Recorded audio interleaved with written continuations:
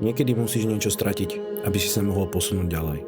Znamená to opustiť veci, ktoré ťa brzdili. Nechať za sebou to, čo prestávalo dávať zmysel. Prijať, že niektoré kapitoly nekončia, pretože si zlyhal ty. Niekedy to zvonka vyzerá ako koniec. Začať odznova nikdy nie je jednoduché. Nie je to pohodlné a už vôbec nerýchle. Nový štart s novým cieľom a s novým smerom. Na začiatku minulého roka som mal jasný plán. Loknúť sa a ísť naplno za niečím, čo som už veľmi dlho chcel. Lenže ako plynul čas, začal som si uvedomovať, že život sa netočí len okolo bodybuildingu a chcem priestor aj na iné veci. Na rast, zážitky a balans. Tak som si spravil plán.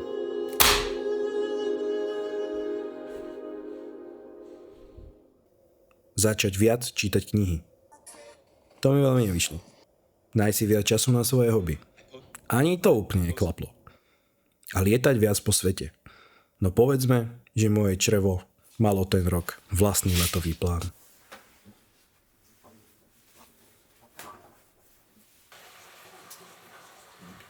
Ale tomu obdobiu je teraz už koniec. Pretože konečne sme sa rozhodli spraviť niečo, čo sme už veľmi dlho odkladali. A to je, že konečne si trošku obnovíme tento byt, v ktorom bývame. Aj keď není náš, ale dostali sme povolenie tu spraviť nejaké pár vecí, takže práve čo bude je tá, že tento prázdny, nudný kútik, ktorý nám toto tak špatí, tak sme sa rozhodli, že tam dáme niečo. To niečo, chceme tam dať nejaký regál, ktorý by sme mohli v budúcnosti využívať aj ako nejaké pozadie pre talking heady na YouTube, možnože, pretože rozmýšľame, že by sme robili aj také nejaké videá. Keďže sa venujem aj tomu online coachingu a máme tam to VDQ, ak si už mohol všimnúť aj na Instagrame alebo tak, všade to označujem. Takže niečo aj ohľadne toho by sme chceli začať tvoriť a na to by sa takéto Talking Head YouTube štúdia hodili. Takže potrebujeme tam nájsť nejaký pekný regál, nejak túto celú časť vyplniť a spraviť ju nejak tak, aby to vyzeralo fajn. Takže začíname hľadať regále, nábytky, gauče, hocičo. Presne o tom je toto video, že stačí začať malými krokmi. Dnes si upravíš izbu a zajtra možno celý smer svojho života. Veľké veci nevznikajú naraz, ale z malých krokov, ktoré robíš každý jeden deň. OK, stop voiceoveru, pretože som našiel niečo, prečo určite ideme.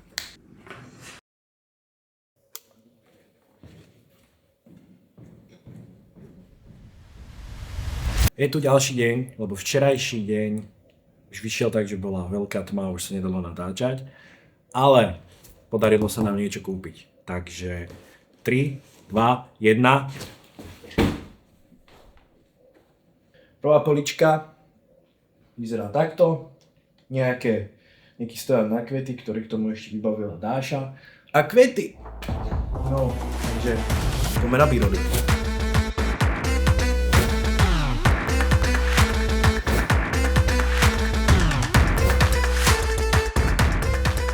No a prečo takýto... Svetlo je už moc ostré. Takže trošku to zatiahneme.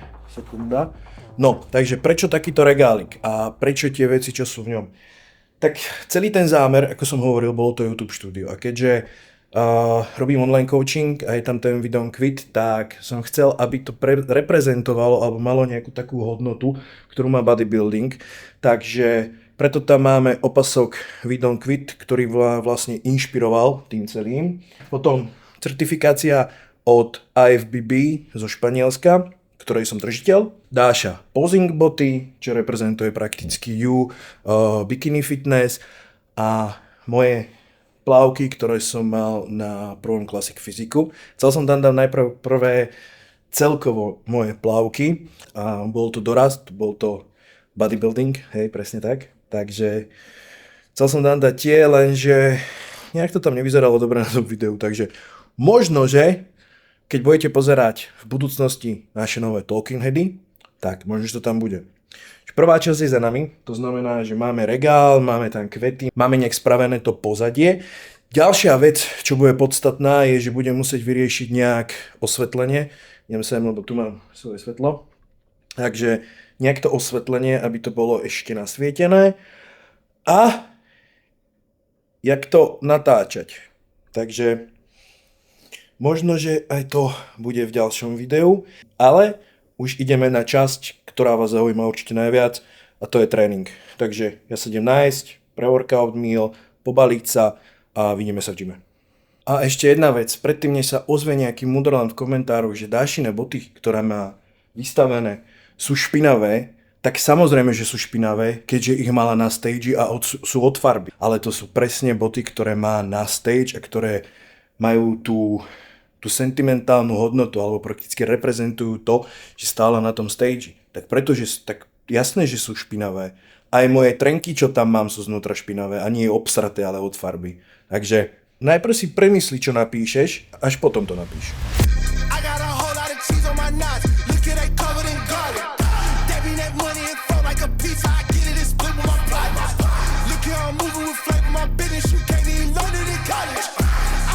Tréning, ktorý si dneska ukazujeme, je zameraný hlavne na šírku toho chrbta.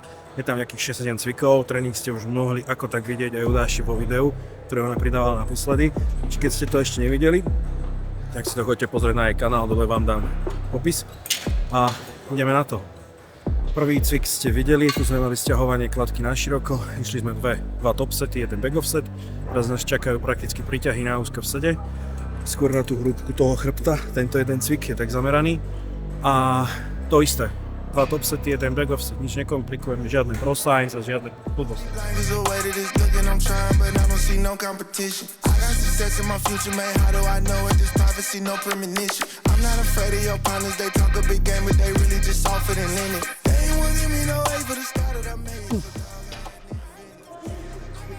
Slabé.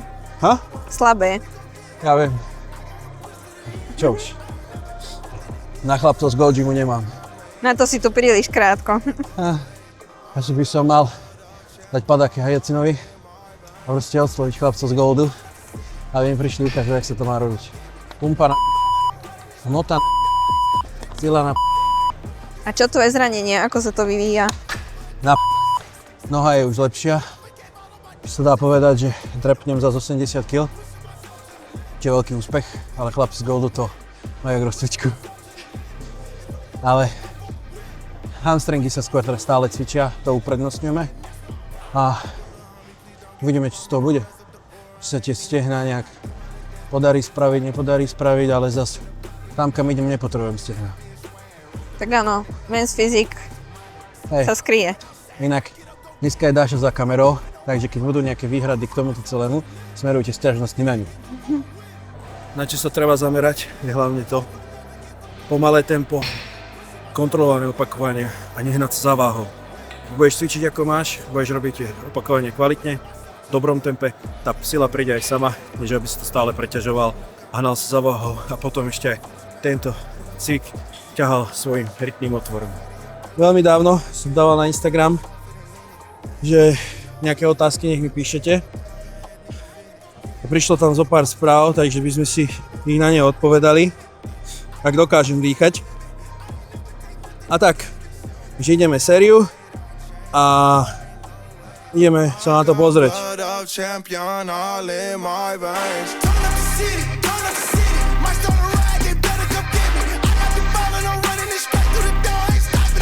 Pane, máme na vás prvú otázku. No, Ako si sa dostal k bodybuildingu a čo ti to dalo? dalo mi to, dosť mi to dalo. Body Dajte to. dysmorfiu. Ako? Body dysmorfiu. Body dysmorphia to je jedna z vecí určite, že si stále nespokojný, ale dá ti to veľkú disciplínu a dá ti to tú trpezlivosť, ktorú potrebuješ, lebo to, čo sa stále rozpráva, že toto je maratónny šprint, je úplná pravda. A jak som sa k tomu dostal, tak ja som sa k tomu dostal skrz jedno dosť vážne zranenie, ako inak v mojom prípade, ale bolo to, že som mal poranenie chrbtice a bolo tam na 90%, že mám skončiť na vozíku.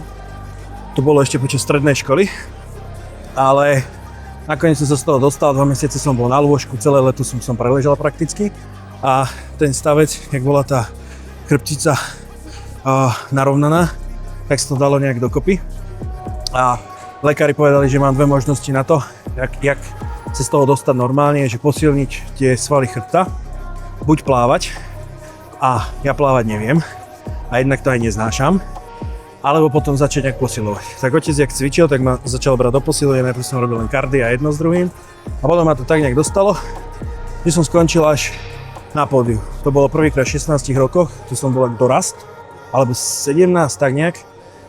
A bolo to kvôli tomu, že som chcel ísť na UKF-ku ako tréner kulturistiky a učiteľ telesnej výchovy. A vtedy bola podmienka, že ak to chceš študovať, presne tento obor, že aby si bol tréner kulturistiky alebo fitness, tak musíš mať prakticky umiestnenie na majstrovstvách Slovenska vo finále, to znamená do 6. alebo do 5. miesta.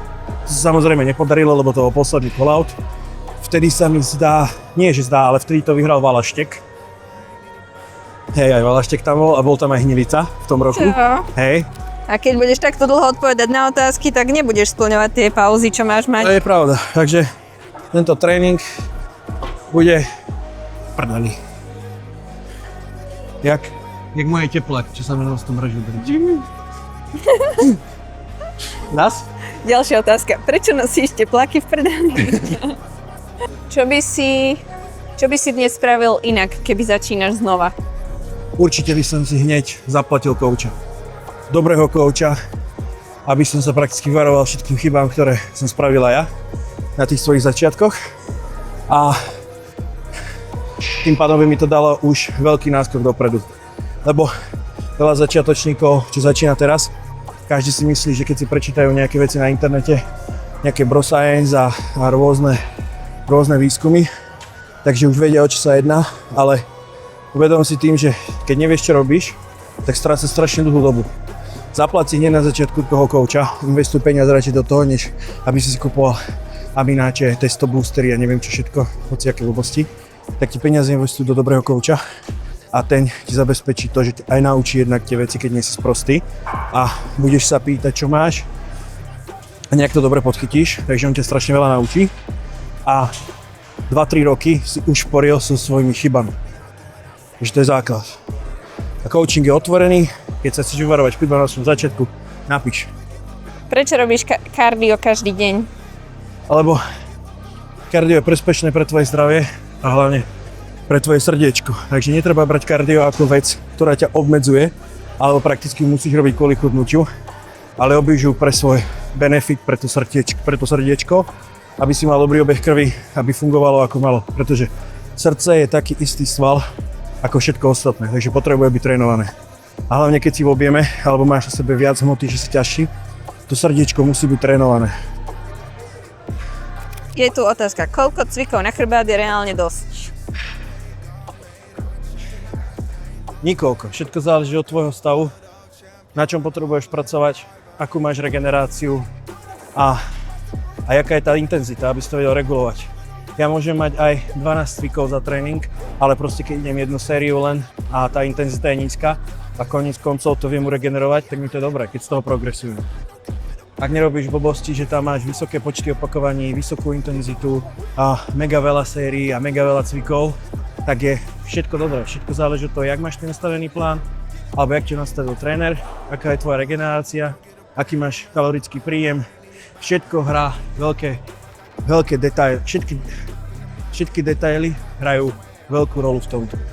Takže neexistuje správna odpoveď. A keď ti niekto povie, že ideálne robiť 3 cviky, tak hovorí blbosť.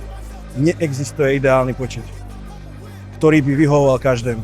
Každý sme individuálni a tým pádom každý potrebuje mať ten režim trošku inak nastavený pre seba. Ale ja osobne napríklad mám teraz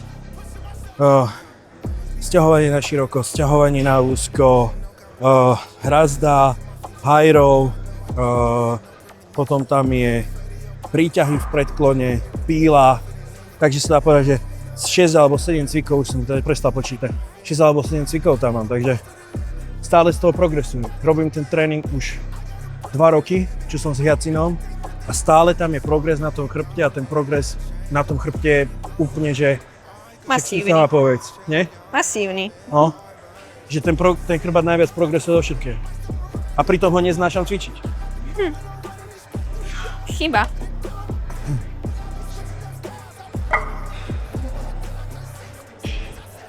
Reálne, u mňa sa to celé tak strašne strieda, že raz jednu partiu ľúbim cvičiť potom zas na ďalší rok ju už neznášam.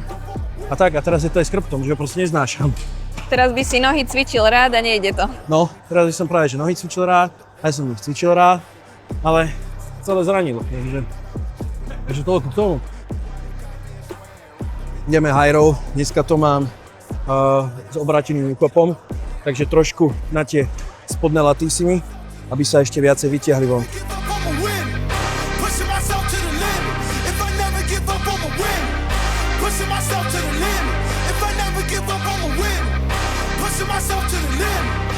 Prečo veľa ľudí pri cvikoch na chrbát necíti chrbát, ale ruky?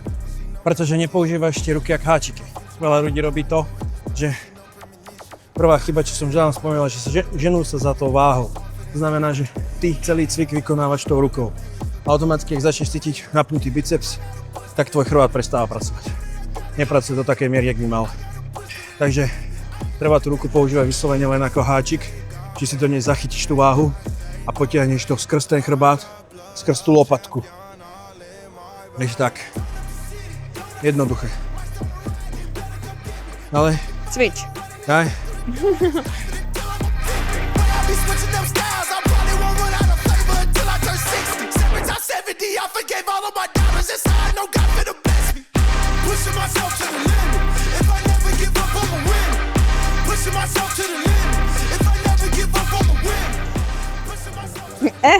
Sám sa zlakol. No. To máme. Daj otázku zatiaľ. Tak tam je niečo. Ako zostať konzistentný, keď výsledky nejdú?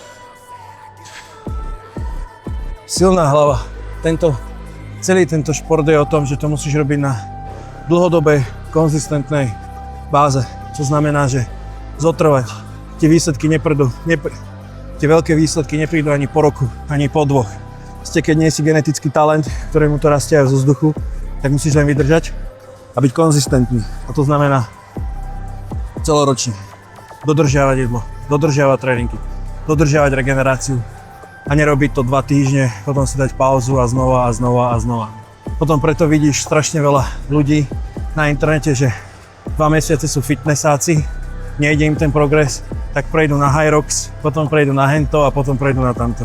Takže tento šport je fakt taký, že musíš mať silnú hlavu a nenechať sa tým zlomiť. Ale myslím si, že to je celkovo v celom živote také, že ten úspech nepríde hneď. Lebo treba si uvedomiť, že čo rýchlo vyletí, rýchlo aj spadne. Čo sa buduje pekne pomaličky, tak to sa aj udrží. To isté platí v tomto športe, to isté platí aj v živote. Keď sa povie, že každý tréning treba ísť do zlyhania, je to pravda alebo mýtus? Všetko záleží od toho, čo je pre teba zlyhanie. Niekto si myslí, že zlyhanie je to, že keď už nedokážeš spraviť viac opakovaní, ale otázka je, či to robíš reálne svalom, ktorý máš cvičiť, alebo či ti zlyhali ruky. Ale áno, keď máš nejakú fázu toho, napríklad keď si v príprave, alebo si už v tom top off-seasone, každý tréning by mal byť zo zlyhania. Pretože by sa to vždy malo cyklovať, ten tréning. To znamená, že máš nastavený nejaký off-season alebo prípravu, kde to telo ždímaš, potom príde nejaká tá fáza, kde si to telo oddychuje a znova a znova a znova. Ale ja som zastanca tréningu zo zlyhania, určite áno. Keď sa niekto bude pýtať, prečo furt chodím len stroje, tak to je preto, že som celý zranený, ruka je zranená, čo mám už veľmi dlho, kvôli mojej krásnej láske. Čo? Pretože v noci mi niekto chytil palček a spánku ho potiahol, takže... Neviem, o kom hovoríš. Ty máš inú? Hej. A to je už koľko? Od minulého roka? Od Ja leta, sa nepýtaj, ne? ja o takom neviem. No, však si spala, preto to nevieš. Minulý rok leto. Vtedy sa to stalo, odtedy sa mi to ťahá. Takže neviem mať veľmi tú váhu v tej ruke, tak preto uprednostňujem teraz stroje, aby som vedel cvičiť. To znamená, že nejdeme cez zranenie, ale ideme okolo zranenia. Je pravda, že chrbát rastie iba z ťažkých váh? Nie. Chrbát je taká istá svalová partia ako ostatné svaly. Takže nerastie z ťažkých váh. Nerastie ani z toho, že by si tam potreboval nejaký vysoký počet opakovaní alebo niečo. Všetko je o tom, jak ten sval stimuluješ. Ja necvičím s veľkými váhami a ten ten chrbát progresuje fakt veľmi dobre. Ale to uvidíte možno, že až o pár týždňov, keď už budeme v hlbšie v tej príprave a už to bude nejak tak vyzerať. Takže nie, necvič s váhami, sústreď sa na to, aby si stimuloval sval. Ideme na tomto stroji, nebude to klasický low row, ale budeme to robiť variáciu jednoručne, aby som simuloval prakticky, ako keby robíme pílu, príťaž s jednoručkou. Zrazu. A v mojom videu sme to museli ísť obojručne. Áno. Lebo si mi tvrdil, že sa to má ísť tak. Čo? Že si mi tvrdil, že sa to má ísť obojručne. Tak si sme to išli obojručne. Chlapec, si tam pozerá Žilku, ako ty doma, na ruke. Presne prešľadať detaily. To sú interné záležitosti.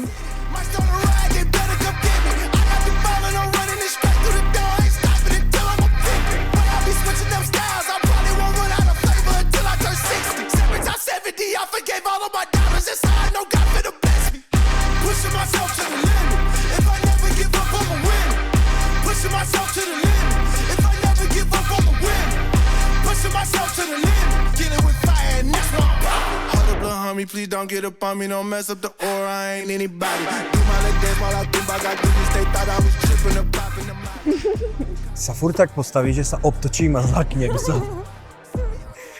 Ideme zadné delty, mojimi úžasnými trhačkami. Ježiško prinesie nové? Nie, Jak? Tak zašijem ti ich. nie, nechcem nové. Toto sú Tak najlepšie, šopkáme. toto sú najlepšie trhačky, ktoré môžu byť. Áno, vidíme. Ešte, nech si povedala ty, že smrťuje, ale Ale ja som ich nevoňala. jasné. Jak som sa otočil, dáš honžu. Gotta go get it. I gotta push to the limit. I ain't never take nothing they give it. Self-made, God made, I change, I say no way. I got blood of champion all in my veins. Znova, malá váha, ultra pomalé tempo. Ten zadný delt je veľmi maličký sval. Tam nepotrebuješ vôbec obrovské váhy dávať, lebo potom to ťaháš skôr chrbtom už a trapézami, než tým zadným deltom. Takže treba sa naučiť cvičiť s malou váhou, odizolovať to dobre, presne potlačiť. Iba cez ten zadný delt. To bol môj tréning chrbta, aktuálne 15 týždňov do súťaže. A mňa ešte čaká biceps, ten už natáčať ale nebudeme. Takže vidíme sa pri ďalšom videu. Či točíš?